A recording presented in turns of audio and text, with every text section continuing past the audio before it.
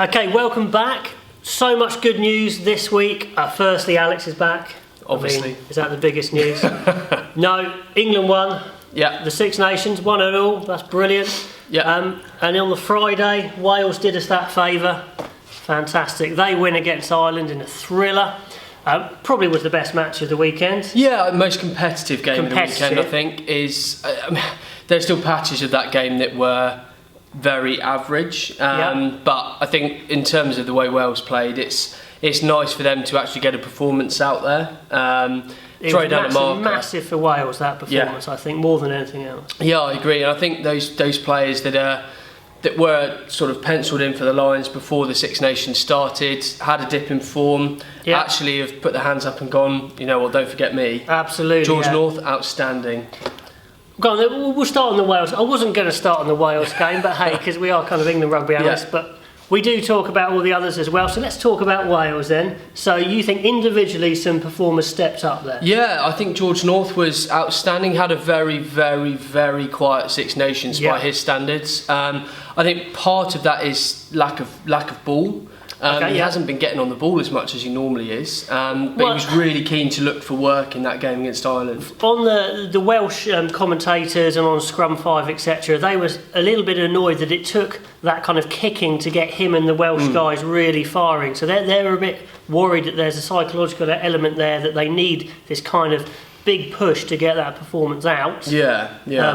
Maybe that's the case, but anyway, who else looked good? I think there's been a lot of talk about Conor Murray and Rhys Webb for the Lions jersey in the summer, and for me, Rhys Webb blew Conor Murray off the park on Saturday. He was immense. That's the best performance I think we've seen from a scrum half this championship. Absolutely, he's been unreal the last couple of games. The only problem I have with Rhys Webb is he's a bit temperamental sometimes. He can get a bit hot-headed, give away a few penalties, but in his general play, just brilliant. That break he made through the line, and then he threw like a 30-metre pass off his left hand to Halfpenny on the move, just class. Yeah, unreal. And I think Conor Murray, the injury didn't help him, to be fair, but even before that, he's got a very good kicking game, but I think just for that X factor, Rhys Webb just gives you that little bit of something else that you don't get from Conor Murray. I think we'll do a big show on a line selection. I don't want to get too bogged down in it, but it's hard not to. It's hard not to, because Ben Young's had a good showing, but we'll come on to the England game.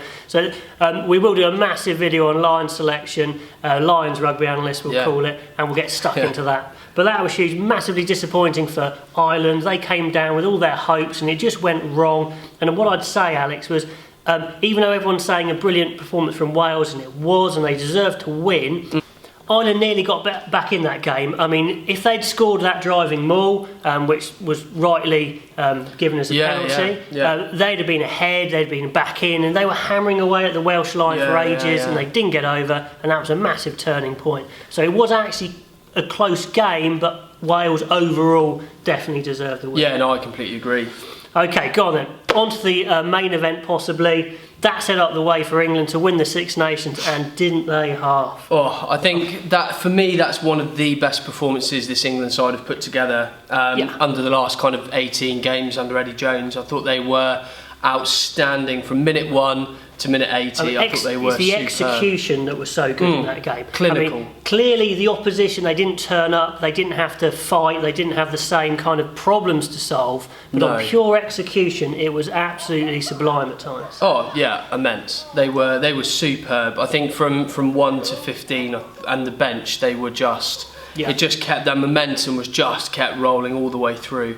Absolutely. I mean, it did go wrong for Scotland straight away. I mean, they got the yellow card, which could have been a red, about an orange card, I'd probably call it.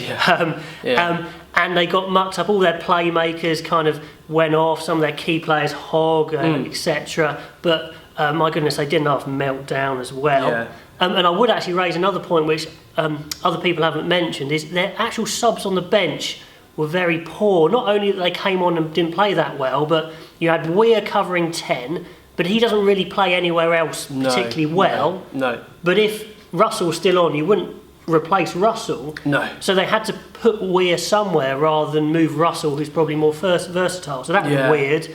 They didn't have any back three specialists on the bench. No, which is it's tricky when you've got someone like Sean Maitland who's at Saracens, who for some reason isn't in a ruck. He is at the moment, I think. I think so. Comment if he isn't fit. Yeah, that let us know. If he is fit, he so should have been on that bench. But they need some cover somewhere, don't they? Absolutely. So I thought that was a problem. And then their temperament completely deserted them. You had a good point about Finn Russell. Yeah, I think a lot of chat's been about Finn Russell being kind of the informed 10 at the moment. Obviously with Sexton's injuries and George Ford's. Do you go with Ford or Farrell? For me, I think Finn Russell really struggled on Saturday because of the lack of options that the injury dilemma had kind of created. And Laidlaw's not there, he's the calming influence. I think that would have been a different game if Laidlaw had been there, actually. Yeah, I agree. I think they just got decimated so early on by the injuries, and all their kind of ball one options kind of weren't there anymore. And it's hard when you when you train all week for this. You can't train for that level of injury, that level of players missing. It's a bit like the England-Italy game where they didn't train for what happened and they fell apart a bit. I agree. Okay, what I would say, and you've said it already actually to me privately, is that Ford and Farrell just look absolute world class. In that game they look world class. But it goes back to what we've been saying, is when England get go forward ball, and they didn't half, they look absolute class. But when they're going backwards or it's a much tougher game, sometimes... You look at Italy. Italy, they both looked distinctly average against Italy because they struggled to get the ball 9, 10, 12. And it was slow, it was hard, it was difficult. They were on the back foot most of the game. And you see what the difference when when Ben Youngs came on against Italy, that the work rate of the forwards upped, the work rate, the ball coming from 9 was better, and it brought them into the game. We looked a much more threatening team. But I mean, Ford and Farrell were absolute class. I mean, a technical point I picked up is time and time again, these two players are so comfortable making late decisions, really hard decisions, but calm late decisions. So it would go forward to Farrell somehow, or even Ford, and then they'd have a flat option and a deep option and some others, but they're just so comfortable at just waiting, and then twice they gave it to Joseph on the flat option, and he went through. And it's that last minute decision, plus the great set piece to tie in the back row, and all of that stuff they've talked about, but it's so hard to do that. Easy to say, but so hard to do. And I think those two being in form and giving those kind of passes makes everybody else look better. I think Jonathan Joseph had a good game. He managed to get on the score sheet 3 times, but I think he can still. There was more to give from him. I think the two inside him had given him that space to make him look better. But didn't Joseph look so athletic? So sharp. Physically in great shape, as did Watson actually, which was good to see.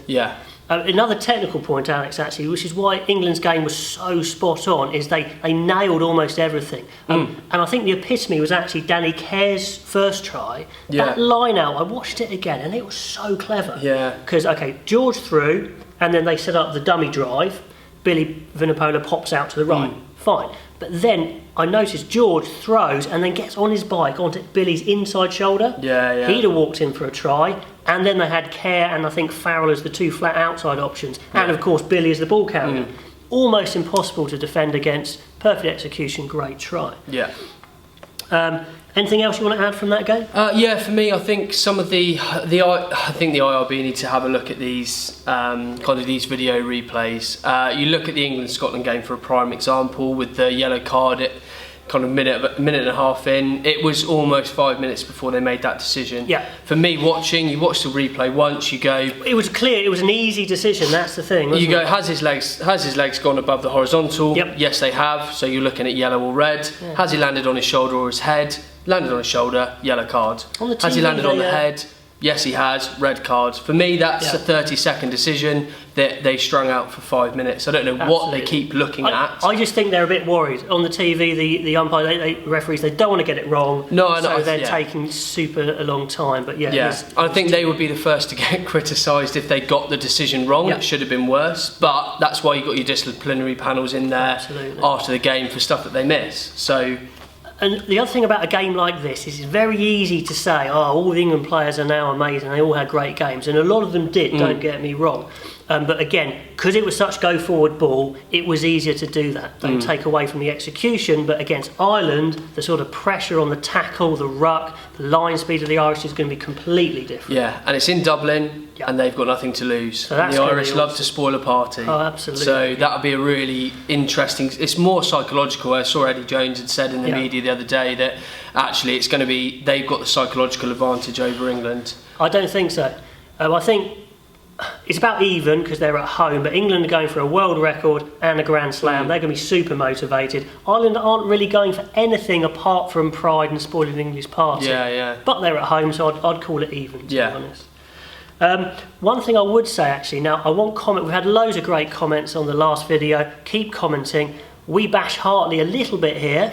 And I'm kind of going to do it again, which is so harsh because he did have his best game. He did play very well. He had his best game for England, and he topped the tackle stats. He's really fit. He's in great shape. He's really fit. His set piece is good. However, I watched his tackling, and I didn't see him ever knock anyone back. I don't see his tackles as effective as all the others, like Haskell and Launchbury and all of that.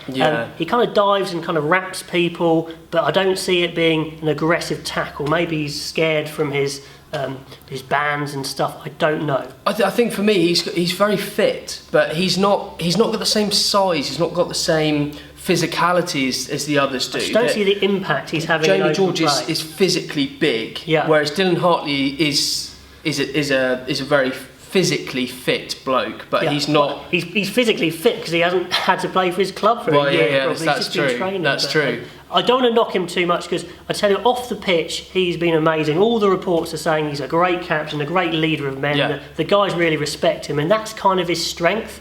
It just bothers me a bit that he's not quite having the impact I'd want, but maybe I'm being picky. Comment below.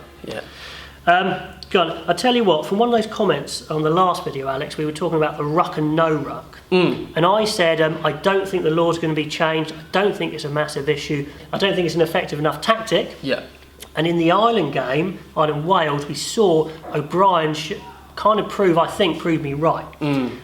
Tell me if you watched, if you remember this. No, I did, came around the tackle and got in the way in the first few minutes. And that prevented a pass, and they had to go straight through the middle. It wasn't really a problem, just an annoyance. And then later on, when Ireland were attacking in the Welsh 22 and the Welsh were trying to clear, again he came around this tackle, and the ref called it a ruck, and he got penalised. And it's just not worth it. I mean, a penalty against a slight annoyance. It's a waste, and you give up good field position. And it's one of those. And you think you look at England and the way they played, even though there wasn't technically a ruck, it was just a tackle.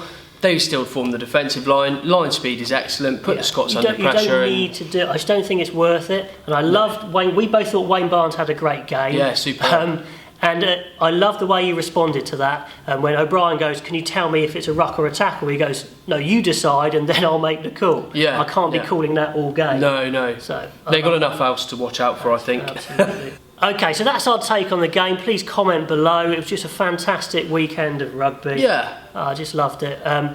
But then we've got the big decider next week. England-Ireland, in Ireland, predictions. I'm going for England, but I think because it's in Dublin, I think the Irish will be fired up. I think it'll be a close game, maybe 5 to 10 points in it. Absolutely, I think it's going to be a cracker. I'll go with the same. Why not? England by 5 to 10 points. Just sit on the fence. Absolutely.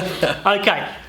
Until then, hopefully we'll have England as the Grand Slam champions and world record holders, but maybe not. We don't want to get too cocky. No, got to give New Zealand something to think about. Absolutely. Cool. Until next time, enjoy your rugby.